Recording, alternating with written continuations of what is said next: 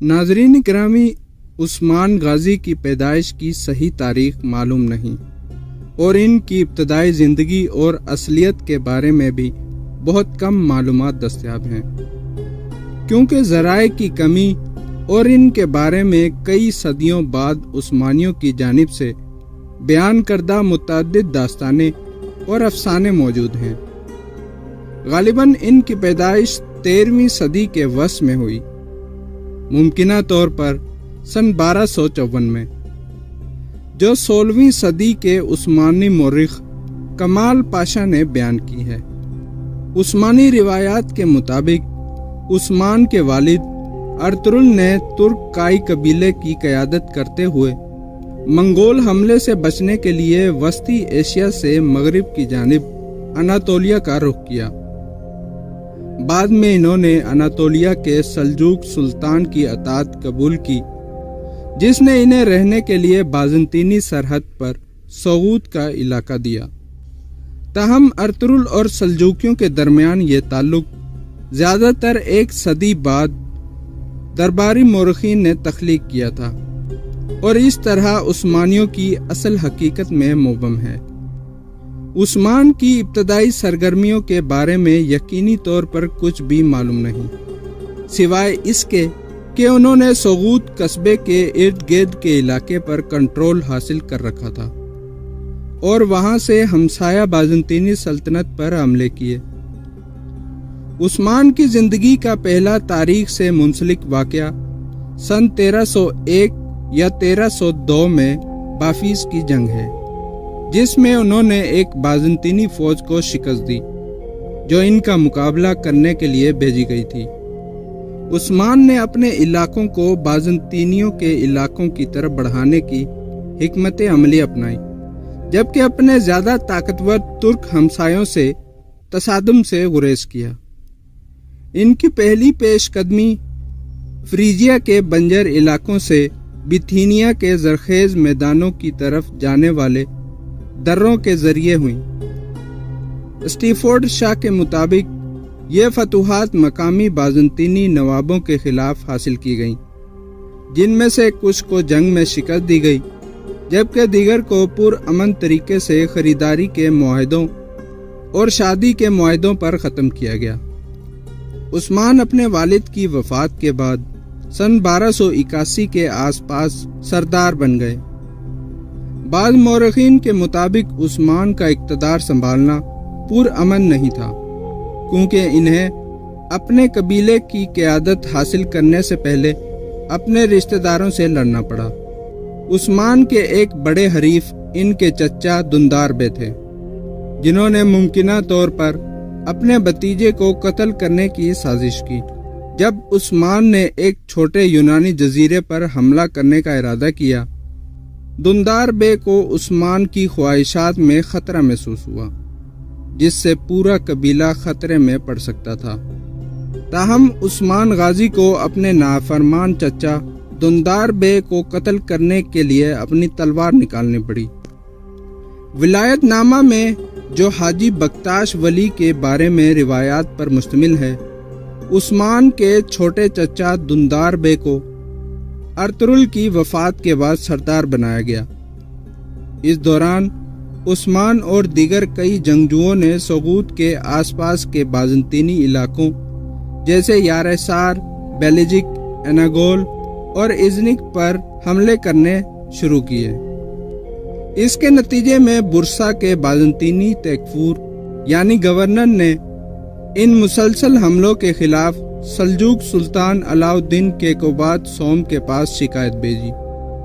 چنانچہ سلجوقی سلطان نے حکم دیا کہ وہ عثمان کو گرفتار کریں، لہذا ان کو گرفتار کر کے کونیا بھیجا گیا۔ اس روایت کے مطابق سلطان کیقوباد نے عثمان کی بہادری اور کارناموں کی تعریف کی اور اسے سزا دینا نہیں چاہا، بلکہ عثمان کو حاجی بکتاش ولی کے پاس بھیج دیا گیا تاکہ وہ اس معاملے پر غور کریں۔ عثمان کا صوفی بزرگ نے گرم جوشی سے استقبال کیا اور کہا، میں برسوں سے کسی ایسے شخص کا انتظار کر رہا تھا۔ اس کے بعد حاجی بکتاش ولی نے عثمان کے سر پر صوفی مشاق سے منسوب پگڑی باندھی اور اسے سلطان کے لیے پیغام دے کر واپس کونیا بھیجا کہ عثمان کو کائی امیر بنایا جائے۔ یوں عثمان کائی قبیلے کا سردار بن گیا۔ ایک فوجی نقطہ نظر سے عثمان کی ریاست کا محل وقوع اس کی فتوحات میں کامیابی پر نمایاں اثر ڈالتا تھا۔ اس کا دارالحکومت سوغوت ایک پہاڑی پر واقع تھا جو ایک مضبوط دفاعی پوزیشن میں تھا اور قسطنطنیہ سے کونیا جانے والے اہم راستے پر واقع تھا۔ اس مقام کی اہمیت اناطولیہ کی سیاسی ٹوٹ پھوٹ کی وجہ سے سامنے آئی، جس نے چھوٹی ریاستوں کو ان کی اصل اہمیت سے کہیں زیادہ اہمیت دی۔ بازنطینی سرزمینوں سے ملحقہ ایک ریاست کا امیر ہونے کے ناطے عثمان کے پاس اپنی تمام کوششیں جنگ اور جہاد کی طرف مرکوز کرنے کا موقع ملا، جیسا کہ سلجوکیوں نے کیا تھا، اور ان کی نیت بازنطینی علاقوں کو فتح کرنا اور انہیں اسلامی خلافت میں شامل کرنا تھا۔ قدیم سلطنت کی کمزوری اور یورپ میں جاری جنگوں سے حوصلہ پاتے ہوئے عثمان کو مغربی اناطولیہ کی طرف بڑھنے اور دردان کو عبور کرتے ہوئے جنوب مشرقی یورپ کی طرف پھیلنے کا موقع ملا۔ بعض مورخین ان اقدامات پر تبصرہ کرتے ہوئے کہتے ہیں کہ عثمان کی بازنطینیوں کی قیمت پر اپنے علاقوں کو بڑھانے کی حکمت عملی اس کی یہ خواہش تھی کہ وہ اپنے زیادہ طاقتور ترک ہمسایوں سے تصادم سے بچ سکے۔ سیاسی طور پر عثمان نے اپنی ریاست میں نئے انتظامی نظام تشکیل دینے اور ان پر عمل کرنے میں بڑی مہارت دکھائی۔ اپنی حکمرانی کے دوران عثمانیوں نے خانہ بدوش قبیلے کے نظام سے مستقل آباد کاری کی طرف منتقلی میں بڑی پیش رفت کی۔ اس سے انہیں اپنی پوزیشن کو مستحکم کرنے میں مدد ملی اور وہ تیزی سے ایک بڑی طاقت میں بدل گئے۔ اس کے علاوہ ریاست کا شمالی مغربی اناطولیہ میں ہونا مسیحیت کے قریب ہونے کی وجہ سے عثمانیوں پر ایک فوجی پالیسی عائد کرتا تھا، جس نے انہیں دیگر ریاستوں کے مقابلے میں ترقی اور پھیلاؤ کے بہتر مواقع فراہم کیے۔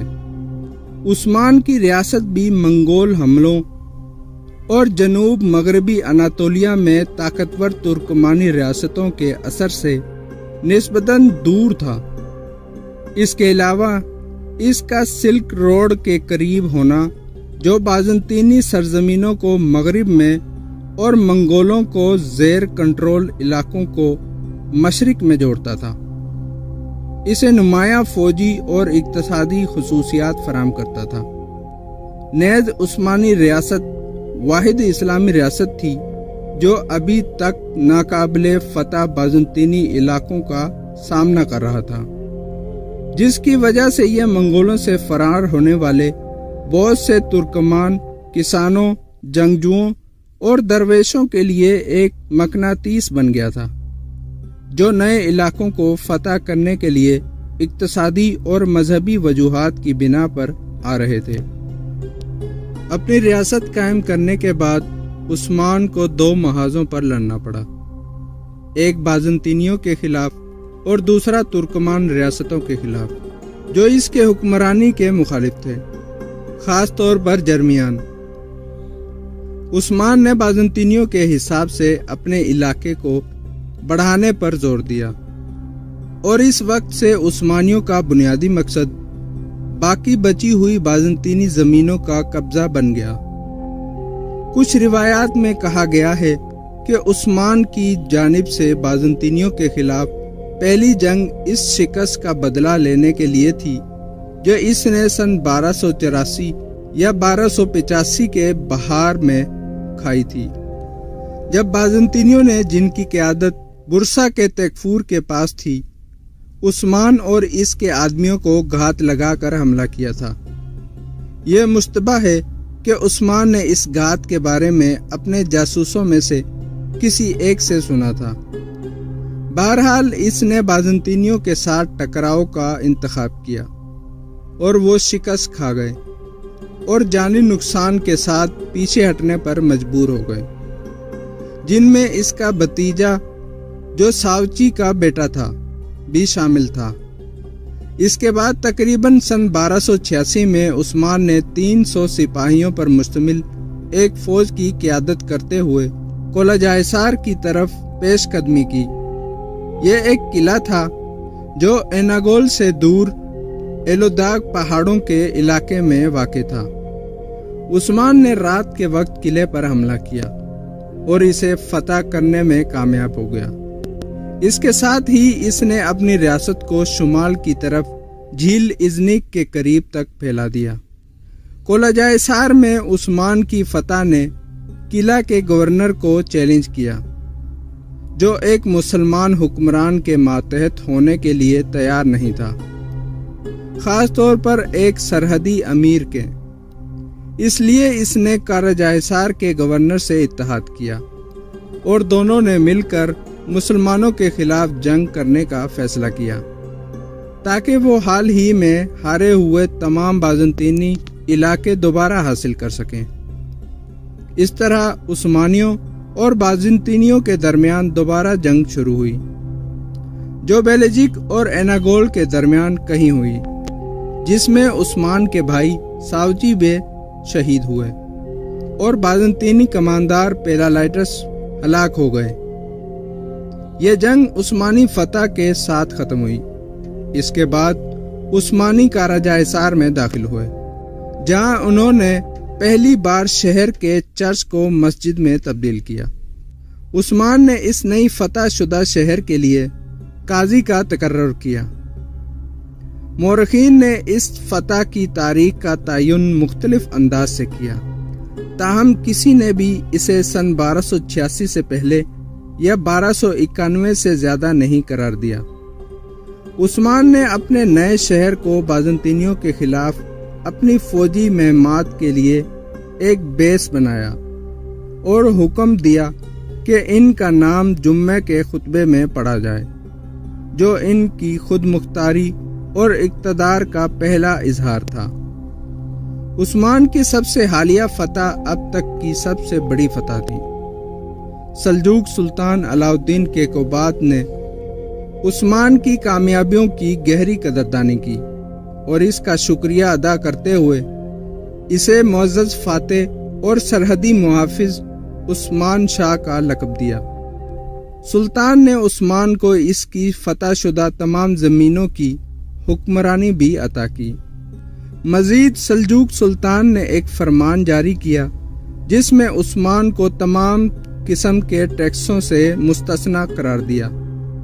عثمان کو سلطان سے کئی تحفے بھی ملے جو اس کی نئی بلند حیثیت کی عکاسی کرتے تھے، اور فرمان میں یہ بھی ذکر کیا تھا کہ عثمان کو اس کی زیر حکمرانی تمام علاقوں میں جمعہ کے خطبے میں ذکر کرنے کا حق دیا جائے گا اور اسے اپنے نام پر سکے ضرب کرنے کی اجازت دی گئی۔ اس طرح عثمان ایک سلطان بن گیا۔